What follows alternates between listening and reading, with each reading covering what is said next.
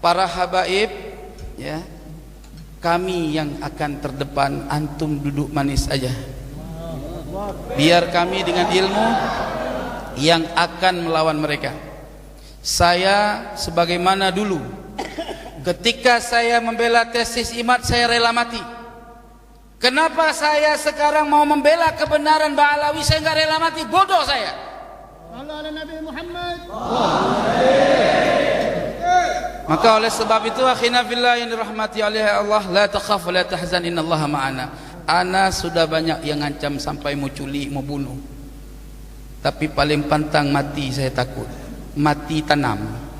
Apa yang antum dapatkan dari informasi saya terdahulu ibarat Sayyidina Umar Ibn Khattab, tapi bukan mau menyamakan saya dengan Imam Ibn Khattab, tetapi hanya bicara sejarah. Bagaimana bencinya Sayyidina Umar Ibn Khattab kepada baginda Nabi Muhammad SAW, dan kemudian Allah balikkan hatinya untuk menjadi pencinta Nabi Muhammad SAW. Begitu juga semoga aku adalah golongan hamba Allah yang tadinya saya menjadi penentang, semoga-moga Allah tarik ini supaya menjadi jazm qat'iyan, menjadi hamba Allah yang benar-benar menentang kebatilan kaum Imadiyah, kaum Imadiyah ad-Dajjaliyah al-Kadhibah.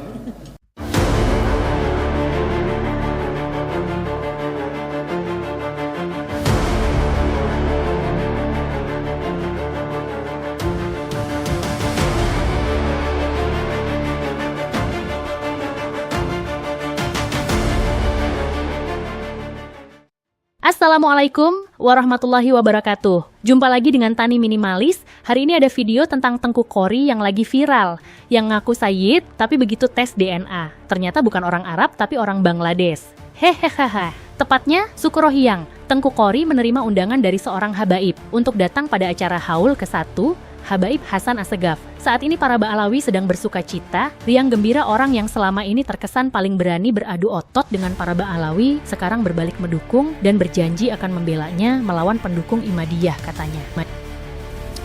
Hadirin jamaah yang semoga min ahlil jannah semua, amin. Hadir saya di sini adalah merupakan salah satu bentuk tugas saya, yang mana dulu-dulu antum lihat bagaimana saya menghancurkan hati-hati Ba'alawi dan habaib semua. Saya datang atas takdir Allah Subhanahu wa ta'ala. Saya dimasukkan dalam golongan Imaduddin alaihi al-Kadzab. Betul, tidak bohong itu. Jadi saya Allah masukkan ke situ dan saya tidak tahu apa-apa sebetulnya, demi ingin mencari suatu kebenaran. Dan saya hadir membela tesis IMAD dengan penuh keikhlasan sampai hampir mati pula saya di Jember sama di Malang, ya kan? Itu semua apa? Allah yang maha tahu maksud hati saya punya. Akhina fillah yang dirahmati oleh Allah, teriakan saya demi teriakan saya menghancurkan hatinya habaib dan muhibbin. Mudah-mudahan menjadi fadilah yang akhirnya menjadi maghfirah dari Allah Subhanahu wa ta'ala. Allah maha tahu maksud segala hamba ini, ya. Pada prinsipnya saya adalah mengkaji pengetahuan. Yang benar adalah benar, yang salah adalah salah ya Habib. Tidak ada kemurkaan di dalam hati ya Habib. Maka oleh sebab itu leluhur Ba'alawi selalu mencari saya, mencabut kebusukan di dalam hati saya. Setelah saya pulang ke Aceh 2 bulan, saya cari lawan. Saya kan cari lawan dulu itu, ya. Saya cari lawan debat supaya saya ini terlepas dari ikatan iman sebetulnya. Kan sering kali antum dengar di komentar saya dengan Wafi waktu di yang waktu ada diskusi di Robitoh. Nah itu saya kesal sama Imad itu, kenapa dia nggak mau menyelesaikan tesisnya dengan orang-orang yang ilmiah. Di sini saya udah mulai kacau, saya punya hati ini bener nggak ini orang ini, jangan sampai saya tersesat pula kan. Pulang saya ke Aceh 2 bulan saya cari lawan, akhirnya saya berjumpa dengan saya punya guru. Guru saya tidak pernah menyetop saya, tetapi beliau bernasihat kepada saya, kaji kebenaran, kalau memang salah ya salah, kalau benar ya tetap benar. Tapi ku inginkan kau, kata guru saya, jangan nempel sama ilmu orang. Kadang saya sendiri bingung dengan Tengku Kori. Apa sih yang dia cari? Maju mundur kayak bemo mogok di tanjakan didorong-dorong. Mesin gak mau hidup. Ingat cerita awal Kori masuk kelompok Yai Imad. Berlagak telah paham tesis Yai Imad dan membenarkannya. Bahkan berikrar pula membela para ulama pribumi. Seperti saat ini di depan habaib pun berikrar membela para habaib. Kori dengan amat bersemangat mengajar habis para habaib dengan kata-katanya yang sangat pedas. Sejak awal kalau saya sendiri sudah tidak respek dengan si Tengku, kok tindakan si Tengku gak beda jauh dengan para habaib, kasar dan arogan. Walau dibungkus ilmu agama, akhlak dengan ucapannya berbeda. Dan itu terbaca dengan jelas bagi orang-orang yang mau menggunakan otaknya. Yang jelas bagi siapapun yang berusaha mendekat ke dalam lingkaran para duriyah wali sanga tanpa didasari niat lillahi ta'ala pasti terpental. Saya meyakini inilah cara Allah subhanahu wa ta'ala menyingkirkan kotoran dari lingkaran duriyat wali sanga. Karena air dan minyak tidak akan pernah tercampur. Ambil pelajaran dari Tengku, dan ini pun warning buat semua orang yang saat ini terlihat membela duriyat wali sanga dan ulama pribumi. Tapi di hatinya ada niat lain, pasti akan bernasib sama seperti Tengku.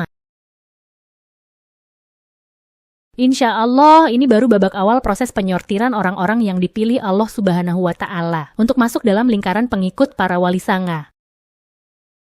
Tengku Kori adalah pelajaran yang sengaja Allah berikan kepada kita dengan gamblang agar kita-kita yang bodoh bisa membaca, mengambil pelajaran. Isi hati orang kita tidak tahu, perbuatan bisa kita bikin-bikin. Tapi manakala Allah Subhanahu wa Ta'ala berkehendak, terbuka semua yang selama ini apa yang Dia simpan dalam hatinya. Ingat saudara, suatu saat kita akan bertemu suatu zaman di mana kita harus memilih di antara dua pilihan, dan setiap pilihan mempunyai konsekuensi. Mungkin inilah zaman itu kita dituntut harus berdiri di antara dua pilihan itu. Harus antara membela pribumi atau berpihak kepada para pendatang WG berkamuflase sebagai cucu Nabi. Kedengarannya rasis, tapi kenyataan saat ini mereka para pendatang yang mendahului berbuat rasis kepada kita. Apa sih penyebab Tengku Kori balik badan membela Ba'alawi? Ada beberapa sebab. Nanti kita kupas satu persatu penyebabnya.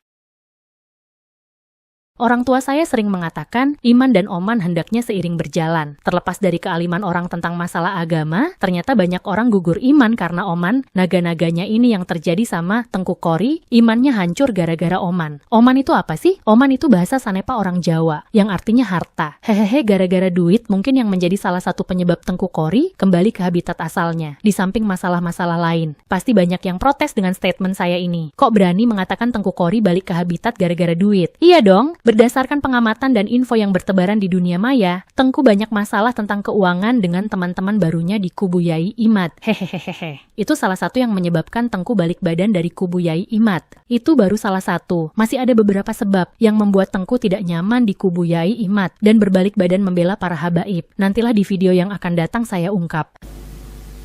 Tempellah ilmu sendiri, cari kebenaran dengan metodologi kau sendiri. Ilmu sudah kami berikan, tinggal kamu cari kebenaran. Jangan nebeng sama ilmu orang. Artinya jangan ditunggangi orang.